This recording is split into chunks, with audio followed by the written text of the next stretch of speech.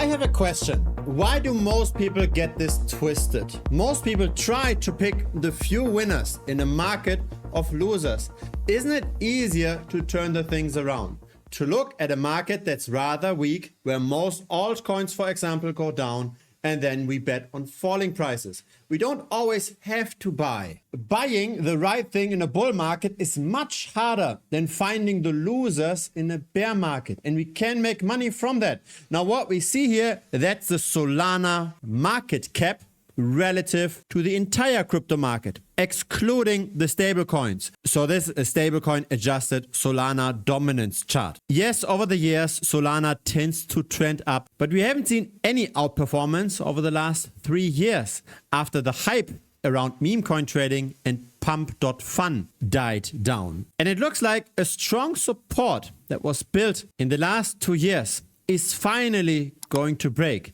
We have very clear lower highs over the last 12 months. Now, if we don't exclude the stablecoins, this is the picture. Again, long-term Solana tends to outperform, and we did have our support. But now, over the last 9 to 10 months, Solana tends to trend down. Hi, my name is Gerhard. I've been in the crypto space for the last 8 years. I hit my first million 3 years ago, and it is mainly through active trading, through timing the market of various assets. The track record is down below. In the last 2 years, I started to publish my trades in real time.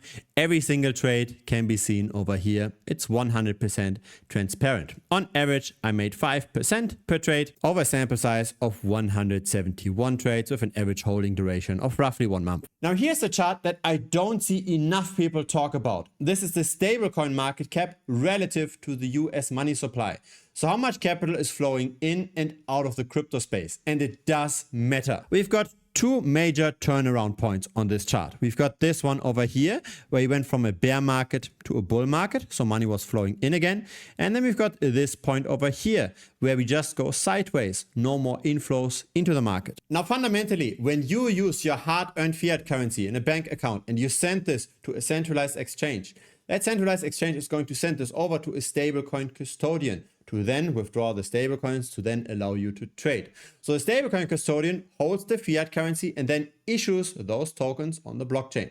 The issuance of the tokens we can see over here. That's when the stablecoin market cap is going up. However, when you're withdrawing from the crypto ecosystem, when you're pulling money out, you want to get money into your bank account, then this is going down. There was a Terra Luna collapse. So that was a major decentralized finance protocol in May of 2022. That's what caused a lot of fear and people just getting out of the market. But then things started to turn around. But since October of last year, there's no more net inflows. Now have a look at how this compares with the Solana price. When there's no inflows into the market, Solana tends to go down. When there are inflows, Solana tends to go up. And since the inflows recently have stopped, Solana comes back down again. And the main issue is that we might even be turning negative and see net outflows in the next months. That would accelerate Solana's downtrend. There's simply no appetite for risk on crypto assets. Everybody that wants to go risk on just invest in artificial intelligence stocks. I believe that the key to timing the crypto market is looking at the stablecoin flows. What we've got here at the top, that's the stablecoin dominance. How much of all of crypto is currently in stablecoins? And historically, that topped at 16%. 16% of all of crypto just being stablecoins. That's when the market is maximum risk off. Everybody is terrified. When this is low, however, when this is close to 5%, the market is very much risk on. Now compare this with the Bitcoin price. There is a clear negative correlation here. Whenever the market is risk off, prices are down. Whenever the market is risk on, prices are comparatively high. Now we are getting more and more risk off over the last 1.5 years, but we are not yet at the 16% mark. If the stablecoin dominance was to hit its all-time high of 16%, then Bitcoin as an extension should go down with it. And of course, Solana and Bitcoin are highly correlated. Thus, Solana is probably going to go down even more. Now, in the end, the investment game is always just about opportunity costs because we can't leave our capital in fiat currency. On average, the fiat money base expands by roughly 6.8% per annum. So we have to get at least that kind of a return long term. The only question then becomes, what is comparatively cheap versus expensive? Let's say we've got a diversified portfolio. We own all kinds of things. We own stocks, we own property, we own precious metals, and maybe we also have our allocation towards crypto. What within the crypto space should we buy? This here is an interesting chart. It shows the market cap of Bitcoin plus Ethereum plus Solana, so the three majors, relative to the smaller altcoins. So the market cap of the altcoins that are not in the top 10.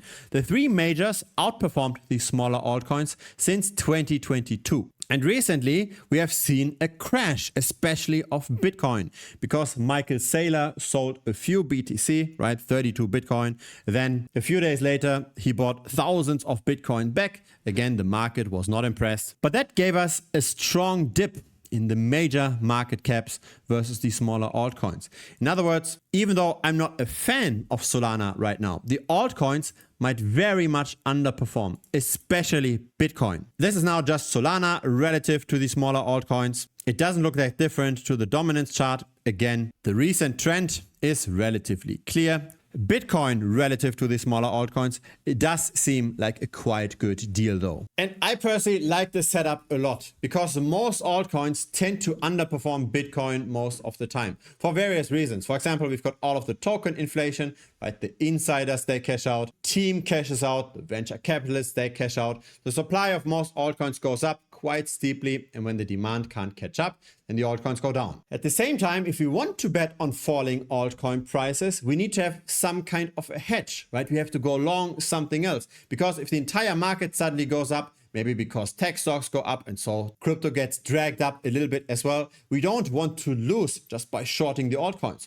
So I want to be long one asset, we want to be short the other asset, so that the general macro just cancels out.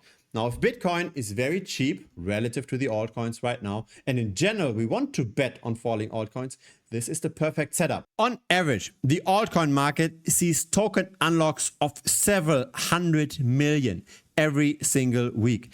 And that kind of capital does not flow into the space. And that's why the 1 year return for the altcoin market looks the way it does.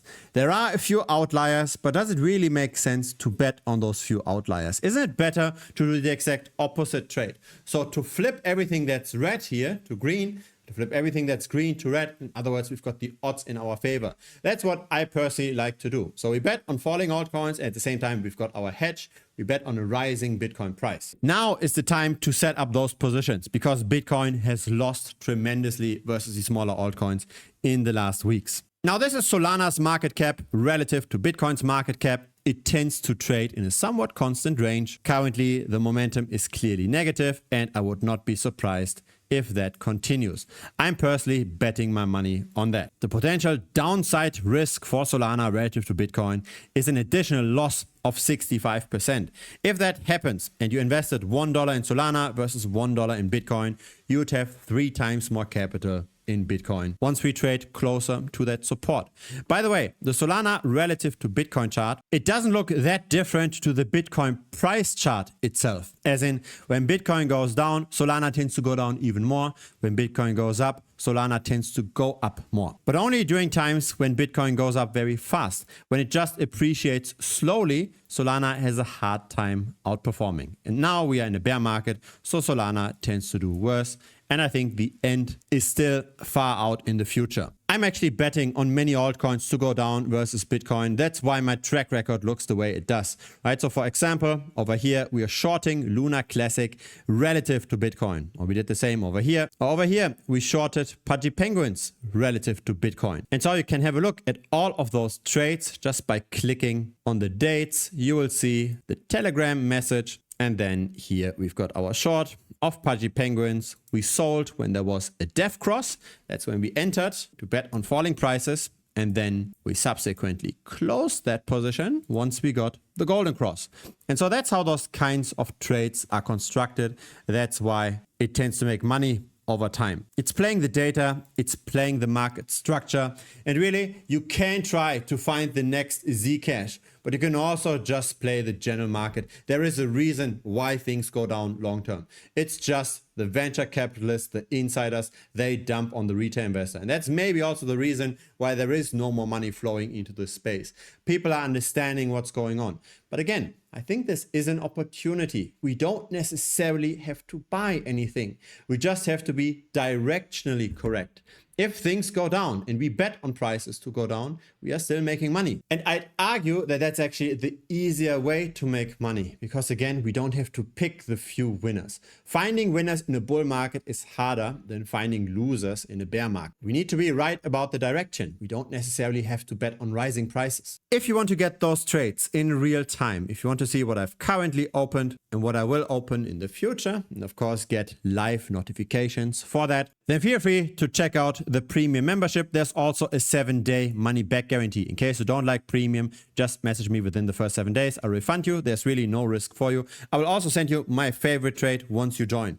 You just enter that trade, you hold it for a month. If you're using roughly $2,000 on that trade, there is a very high probability that you will get premium for free. If you don't, if you make losses on that first trade that I sent you, again, I will refund you even if you held premium for the entire month. I'm convinced of the numbers. I've been in the game for long enough. And if you're still among the few people that follow crypto and you invest some time in the proper education, you're not just going to compound your capital in a bear market, you're also going to take much more advantage of the next bull run. At some point, crypto will turn around again, and then we will be in this much better positioned than the average. So yeah, I don't think it's a good time to buy Solana right now. It's probably also not a good time to just keep on holding it. Solana is a risk-on asset, and the average market participant does not want to own risk-on assets in crypto right now. If it's your first time here, feel free to subscribe. I publish here regularly. A like would be very much appreciated as well. It helps the channel grow. See you next time here on YouTube or see you on Premium. Link to that pops up here on the screen. See you next time. Cheers.